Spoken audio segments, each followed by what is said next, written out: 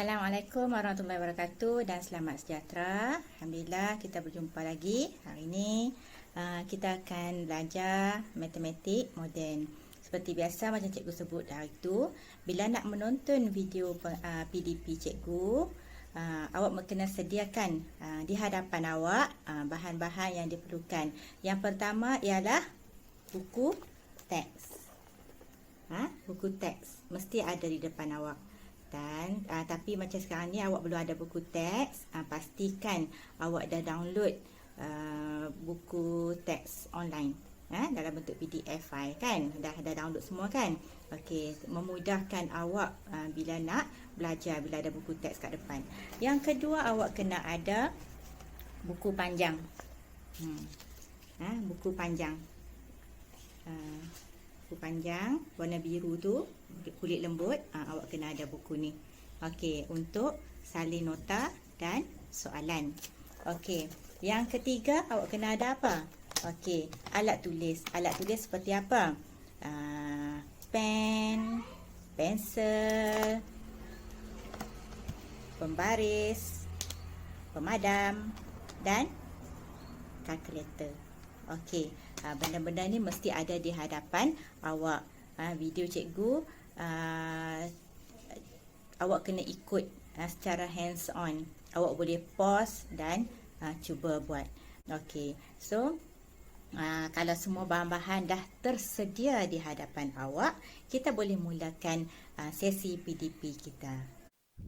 Okey, Assalamualaikum warahmatullahi wabarakatuh. Kita sambung pembelajaran kita topik ubahan kali ini dengan ubahan bergabung. Okey, kita dah dua minggu, ni minggu ketiga kita belajar. Okey, so kita dah belajar yang pertama ialah ubahan apa? Ubahan langsung, kan? Okey, dalam ubahan langsung kita ada yang pertama ubahan langsung, kan, dengan ubahan tercantum. Lepas tu kita dah belajar ubahan songsang. Okey, so yang ketiga ni kita akan belajar ialah ubahan bergabung. Okey, nama ubahan bergabung ni ialah kombinasi, kombinasi kesemua ubahan. Ubahan songsang, ubahan tercantum, ubahan langsung. Semua masuk dalam ubahan bergabung. Okey, so kita terus tengok contoh. Sebab ni senang je. Sebab kalau awak dah boleh buat ubahan langsung, ubahan tercantum, ubahan songsang, ubahan bergabung, cuma awak kena faham je. Awak kena faham dia punya soalan. Macam mana nak buat dalam bentuk ubahan yang sama dengan K semua tu, kan. Okey, kita terus tengok contoh. Tengok contoh 22. Okey, diberi bahawa Y berubah secara langsung, nampak tak langsung, kan, dengan kuasa 2X, dan secara apa? Secara songsang dengan punca kuasa 2Z. So macam mana nak tulis? Y berubah secara langsung. Langsung ni dia duduk ke atas, kan, dengan apa? Kuasa 2X. Kuasa 2X maksudnya apa? X kuasa 2. Dan secara songsang. Kalau songsang maksudnya dia kena ada per, kan, duduk kat bawah, kan, dengan apa? Punca kuasa 2Z. Dengan punca kuasa 2Z. Okey, so dia duduk macam tu. Kalau kita tulis kat sini, Y berubah secara langsung dengan X kuasa 2 dan secara songsang dengan punca kuasa 2Z. Maksudnya kat sebelah atas ni, ini ialah kalau langsung, yang sebelah bawah ni ialah songsang. So kita gabung dalam satu persamaan. Okey, so nak tulis macam mana kalau dia sama dengan persamaan dia? Y sama dengan K. Sama dah K, gantikan K, X kuasa 2 per dengan punca kuasa 2Z. Okey, macam biasa, first round kita kena cari nilai K. Macam nak cari nilai K? Dia bagi kat sini. Jika Y sama dengan 8, X sama dengan 4, Z sama dengan 36. Ungkapkan Y dalam sebutan X dan Z. Ini bila kita dah gantikan dengan K lah. Okey, dia bagi apa? Y sama dengan 8. Okey, X sama dengan 4. Apa lagi? Z sama dengan 36. So, ada 3 benda ni. So, apa yang perlu kita buat? Kita gantikan lah. 8 masuk dalam Y. 4 masuk dalam X. 36 masuk dalam Z. Gantikan saja. So, 8 sama dengan K. X berapa? 4 kuasa 2 per dengan punca kuasa Z berapa? 36. So, macam nak cari K? Nak cari K. 36. Sini operasi apa? Bahagi kan? Benar, rusi bahagi. Dia pergi sebelah, dia akan jadi operasi apa? Dia akan jadi operasi darab. 4 kuasa 2 ni, dia operasi apa? Darab. Dia pergi ke sebelah, dia akan jadi operasi apa? Dia akan jadi operasi bahagi. So, K berapa? K sama dengan 8 darab dengan apa? Punca kuasa 2, 36. Kemudian, per dengan apa? Per dengan 4 kuasa 2, dia turun bawah kan? 4 kuasa 2. So, akan dapat berapa? Akan dapat, tekan kalkulator. Kalkulator cikgu pun jauh sangat. Tekan kalkulator, awak type je macam dalam tu. 8 darab punca kuasa 2, 36. Kemudian bahagi dengan 4 kuasa 2. So, awak akan dapat jawapan dia K ialah 3. So, 3 ni nak buat apa? 3 ni kita masuk balik dalam persamaan. Persamaan tadi apa? Y sama dengan KX kuasa 2 per dengan punca kuasa 2 Z. So, kita tahu K berapa? K ialah 3. Gantikan K ni dengan 3. So, akan dapat berapa? Y sama dengan 3 X kuasa 2 per dengan punca kuasa 2 Z. Okey, faham? Okey. So, awak salin contoh 2 ni, soalan dia. Kemudian, pause video, salin nota. Nota ni. Okey.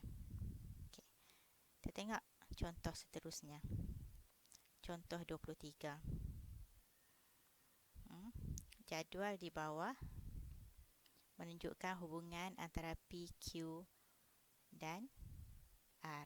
Diberi P berubah secara langsung. Nampak tak? P berubah secara langsung dengan kuasa 3Q dan secara apa? Songsang dengan apa? Dengan R. Itu nilai X dan nilai Y. Okey, so pertama sekali kita kena tulis dia punya macam mana ubahan dia.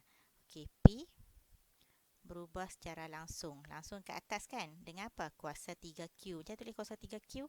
Maksudnya Q kuasa 3. Dan secara songsang dengan R. R saja, tak ada kuasa ke apa kan? So, dengan dan cara songsang dengan R. Okey. Kemudian, kita jadikan dia persamaan. P sama dengan K Q kuasa 3 per dengan R. Okey, so kita tengok dulu dia punya yang pertama. Dia punya kolom yang pertama, jadual ni kolom yang pertama dia. Okey, dia bagi apa? P4. Nampak tak? P4 Q2 R 0.6. So, bagi apa? P4 Q2 R 0.6. Okey.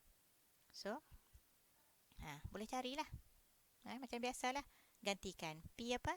P4. K tak tahu. Q2 kuasa 3. R berapa? R 0.6. So, macam mana nak cari K? Nak cari K, yang bawah naik ke sebelah naik atas, yang atas pergi sebelah dia akan turun ke bawah. So akan dapat berapa? K. K sama dengan 4 darab 0.6 bahagi dengan 2 kuasa 3. So dapat K ialah 4 darab 0.6 bahagi 2 kuasa 3. So akan dapat 0.3. 0.3. Betul tak? 3/10. Tak apalah, kita letak 0.3. Okey, so kita masukkan dalam persamaan ni. Masukkan dalam persamaan ni. So kita akan dapat apa? P sama dengan K 0.3 Q kuasa 3 per dengan R. Okey, so tengok balik soalan. Kolom yang kedua. Dia bagi apa?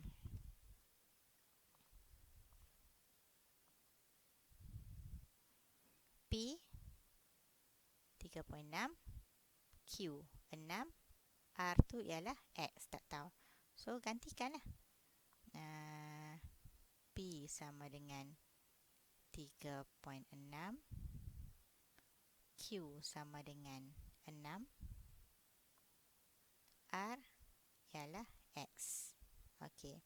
So gantikan dalam persamaan P 3.6 sama dengan 0.3. Kita dah tahu dah K 0.3. Q sama dengan apa? Q sama dengan 6 kuasa 3. R apa? R ialah X. So macam mana nak cari X? Ini kemahiran awak pindah-pindah. So X ni ada kat bawah kan? So kita kena bawa naik atas. Okey. So yang atas ini kita bawa dia turun bawah. Tukar tempat. So X sama dengan 0.3 darab 6 kuasa 3 bahagi dengan 3/6. So akan dapat berapa X? 0.3 darab 6 kuasa 3 bahagi 3.6. So akan dapat X ialah 18. Okey, betul jawapan dia? Ya, X ialah 18. So soalan yang kedua dia kata, sebab dia suruh cari nilai X dan nilai Y. Okey, sekarang kita cari pula Y. Tengok ikut kolom dia.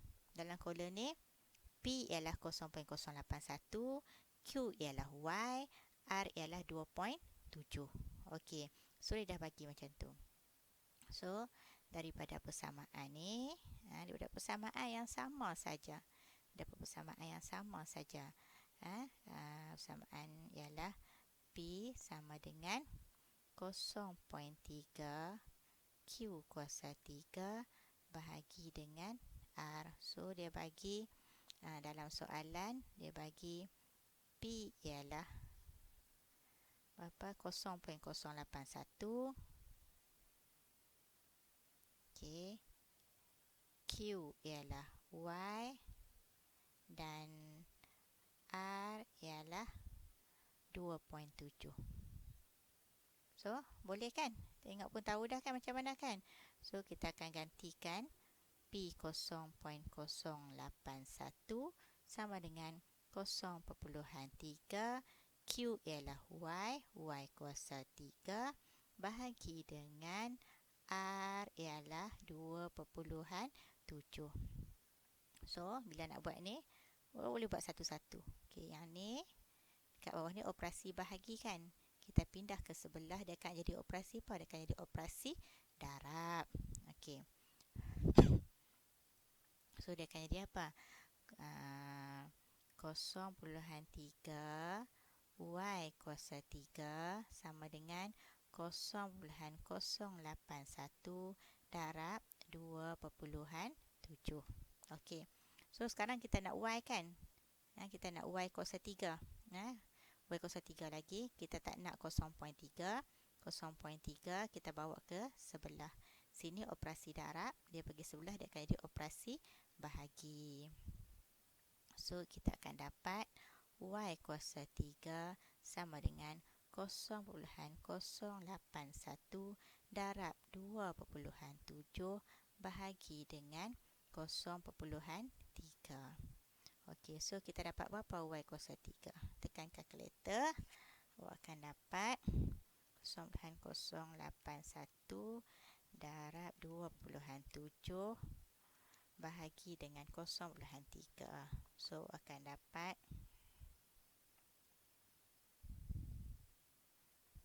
itu dah jawapan cikgu.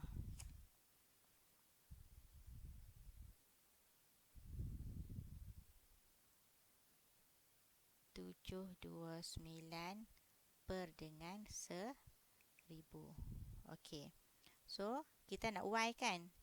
Kalau kita nak Y, kita kena puncakan sebelah sini. Kalau sini kuasa 3, so kat sini adalah punca kuasa 3. 729 per dengan 1000. So, kita akan dapat nilai Y. Punca kuasa 3. So, akan dapat 9 per 10 ataupun 0.9. Okey, so dapat dah nilai Y. Betul tak jawapan? Okey, betul dapat 0.9. Okey. So, ini untuk soalan ya. Okey, awak salin soalan. Awak dah buku teks kan? Salin dulu soalan ni. Salin dulu soalan ni. Okey. Kemudian awak pause video, salin kaedah penyelesaian yang cikgu buat ni. Okey. Okey. Okey, soalan gabungan ni tak susah sebab awak dah, kalau awak dah menguasai ubahan langsung, ubahan songsang, jadi sambungan dia ubahan gabungan, ubahan bergabung, ubahan bergabung. Jadi dia sama je, dia sambungan je. Okey. So, yang ini. Bayangkan menyelesaikan masalah yang melibatkan ubahan bergabung. Oh, ini dia tadi direct question kan. So, yang ni dia dalam bentuk macam biasalah matematik penyelesaian masalah.